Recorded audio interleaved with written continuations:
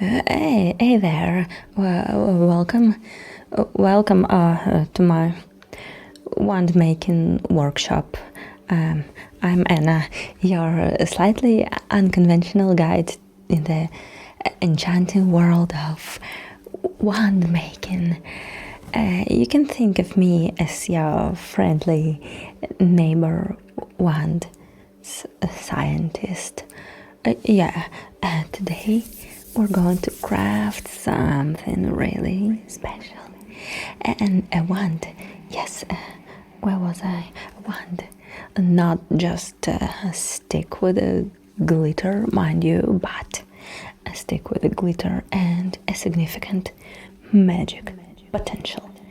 Right. So, where was I? Yeah, each wand has its own, what's the word? Mojo, magic, pizzazz.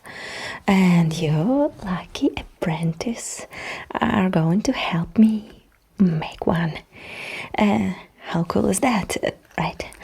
So yeah, well, let's begin by picking the right piece of wood.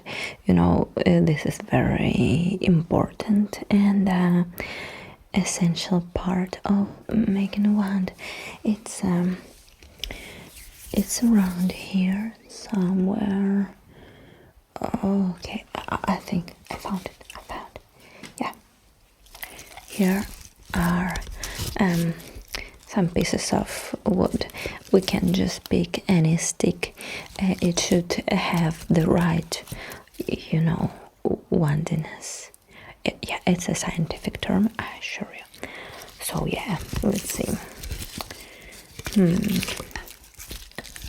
How about this quirky little fella? Right, it's a little crooked, but it may give its user an edge in casting and less predictable spells. Like when you want to cast a spell Patronus, but instead you get Platypus. Maybe we'll leave that for another day. But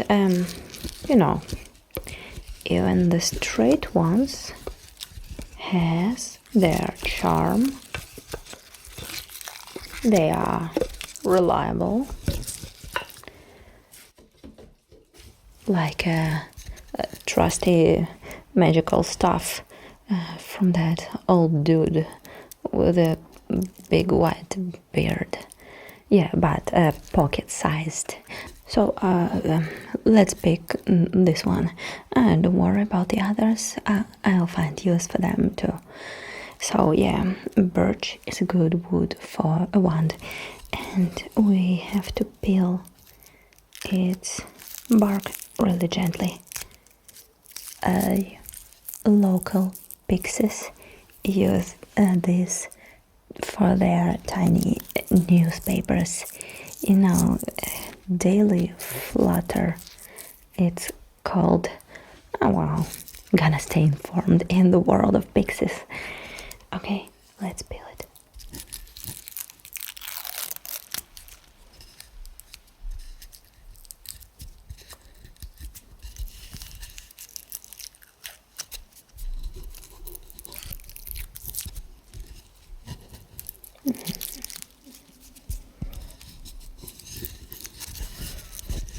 I think this will do.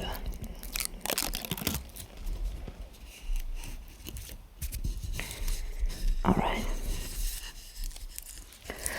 And now, apprentice, behold the sharpest tool in the shed.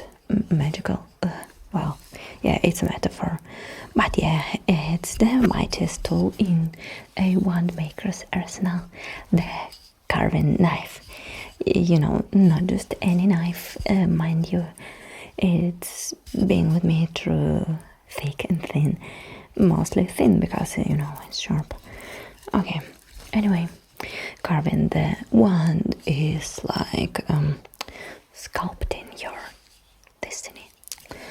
Each carve shapes the one's character, and probably you are still in some mystical, unexplainable way. Okay, let's try to carve it. You should be careful not to cut yourself, or the next thing you'll be carving will be probably wooden finger prosthetics.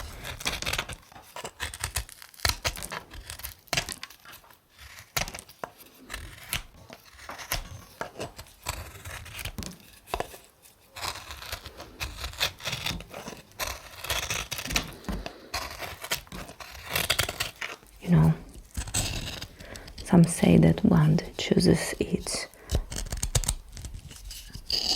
owner, but mostly here we are more hands-on.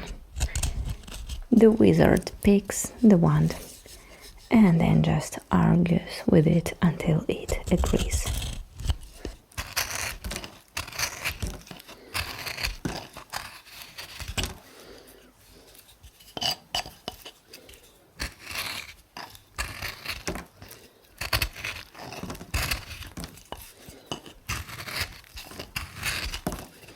Just a few more carvings and it will be ready for the next magical step. Right now we have a very pretty base. You see how easily it takes shape. Really reminds me of that time once I tried to carve never mind, that story for another day.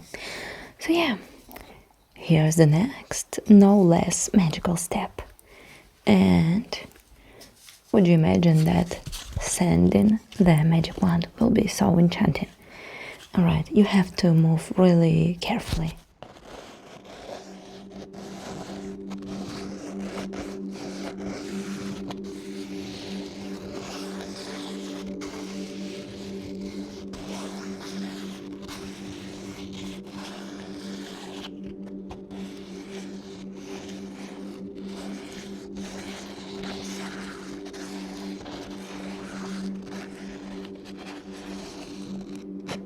And for the next step, a grand velvet finale. Yeah. You know, it's like giving your magic wand a nice friendly hug. You know, yeah, the ones needs hugs too. They're pretty sensitive. You know.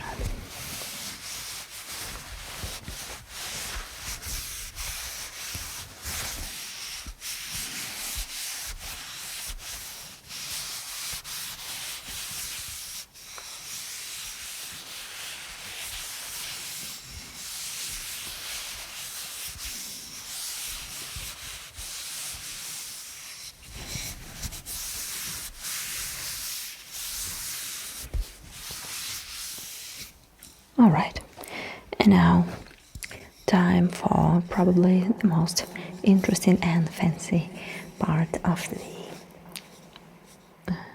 where was I? The process. Yes, making one. We're gonna paint it. You know, just color. It's not just a fashion statement. Color represents the powers this wand will have, but the thing is, the wand has to pick the color itself. Yes, you are not to pick the color. So I'll show you the process. Right. Okay. Here I have this. Here I have this palette, and we're gonna move the wand over it and see which color will it choose. It will react in some way, but it differs from wand to wand, so there's no telling how it will give us a sign. Okay, let's just try it.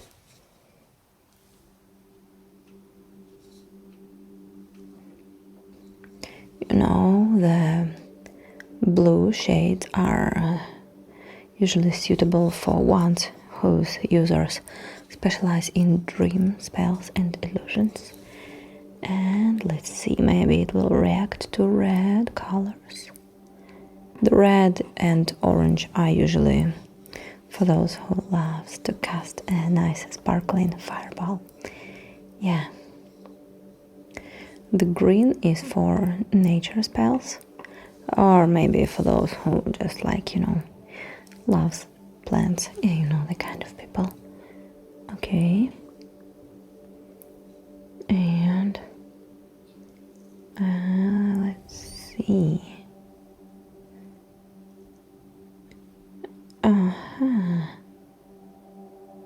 Looks like. Come on, wand. Pick the color already.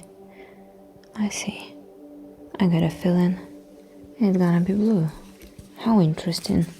Haven't seen those in a long time. Alright, for this we have a magic blue ink.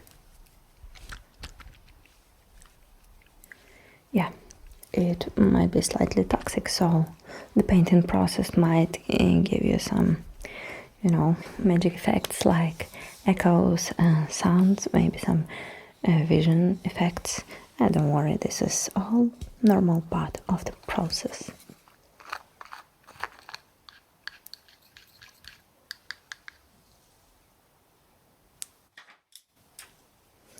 Alright, let's just dip a specifically magical brush and start to paint the wand. I used to be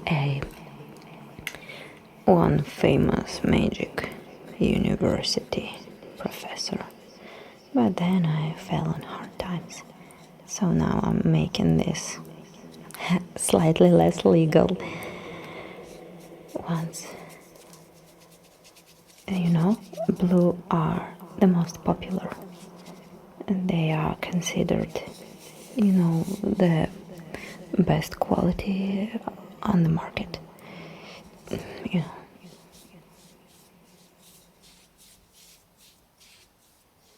But do not share what you saw today with anyone, and especially the magic police should not know about our little wand science. I don't want them knocking at our door. Okay.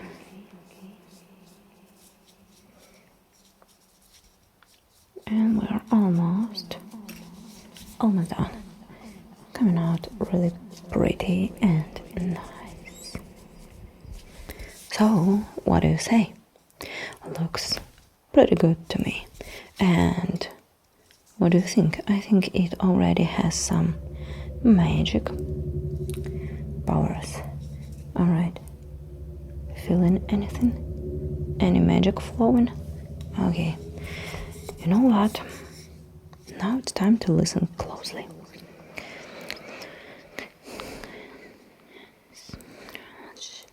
I think the wand wants to be more fancy. You know what? I think it wants us to add a bit more silver. Because why not? Silver makes everything looks prettier, and it will keep magic creatures away. May seem like not very useful option, but that until some Doppler will try to take your sheep and steal something valuable from you, and this will cost so much on the black market. Okay, now let's add some silver. Yeah, we have it in the form of paint, but it is a real silver. To get this, we have a specific magic creature that chews on silver coins and turns them into this silvery paste. Alright? Yeah. With that silver tip, in some desperate situation, You may even stab a vampire through the heart, you know. Not like I did anything like this. But it's an option, it is.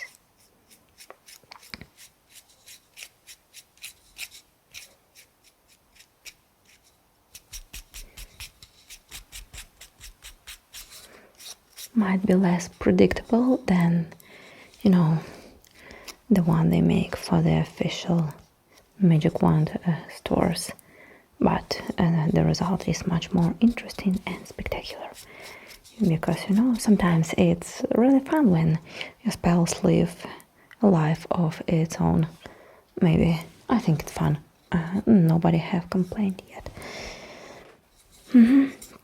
All right, now let's leave it to dry, because you know magic paint dries faster, but it is, where was I? It is still a paint, so yeah. And while it dries, why don't we share a drink? Yeah, I have an energy drink. Do you like those? Yeah. I often get carried away when making fun stuff like this. So instead of sleeping, I just drink energy drinks. Right. It's a good stuff. You'll see in a moment.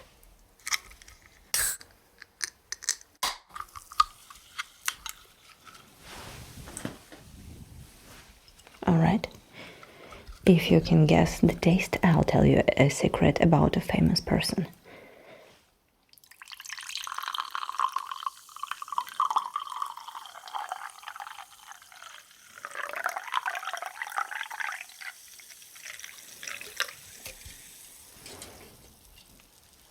Okay. That's for you. I'll take a sip from the can later, because you know I'll still need my mind clear to finish the one. No, never mind. You can drink it, alright? So, now the fabulous crown of the wand. Magic crystal. Yeah, usually we attach a magic crystal to wands, and you know, I have all sorts of crystals. Like this one with the plant inside. It's a dead plant. Yeah, but it died in a natural way. It's ethically sourced. It helps to amplify spells. Yeah, and also I have this one, and this one is used for better focus. And also I have a golden, yeah, let me show it to you. It is a golden dragon's fang, and don't ever ask me where I got it. And I have also a few more crystals. So yeah, pick the one you like, but be aware that the choice of the crystal is as important as the choice of the wood stick. So yeah, which one do you like best?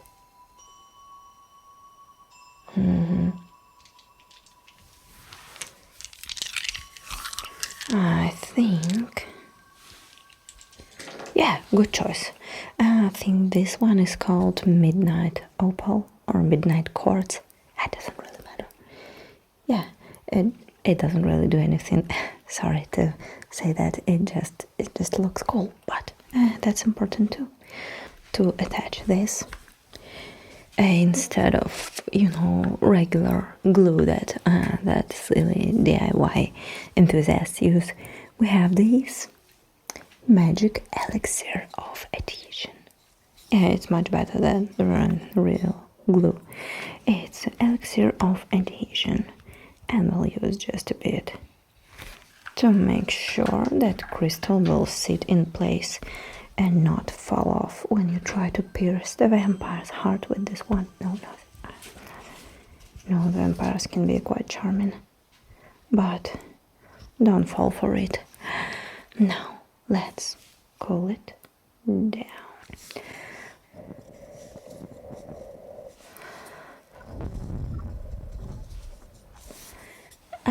looks really beautiful and sharp.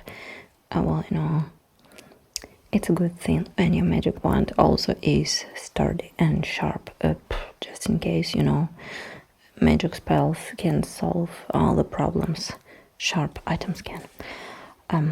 Okay, I think to make sure that the crystal sits in place really good, and also to help the wand to connect better with magic realms, I'll use this magical silver binding. It's like a magical conductor. Yes. So we have this nice piece of pure silver. Alright, that we got in a, you know, legal way. And let's start with wrapping it around the wand.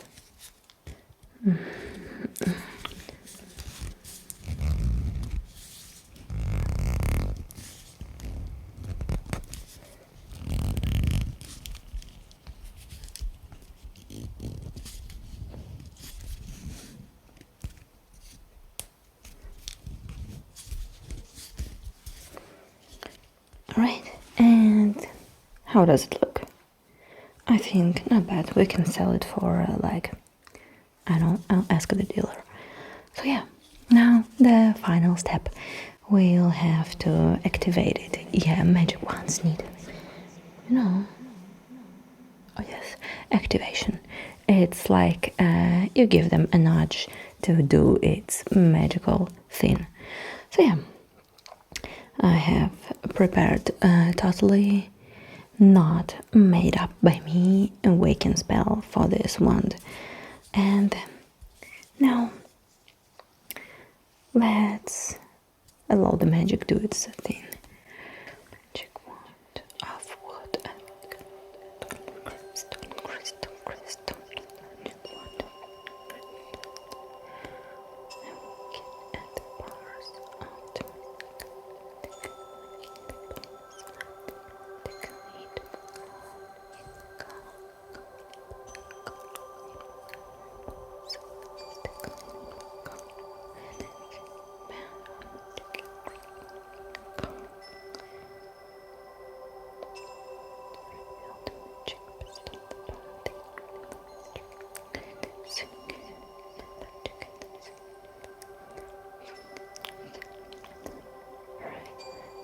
of the magic bestowed upon thee. Alright, now let's make a simple test to see if this magic wand really works. I'll use this piece of paper to reveal some magic symbols with it. Usually these are really complicated and beyond many magicians' comprehension. So yeah, but I think maybe they will reveal us something about this wand's abilities. Alright, so here goes the first symbol. Oh, I know this one. This is a great cat of wisdom. It's an symbol of a profound insight. Alright, really great start. Let's try another one.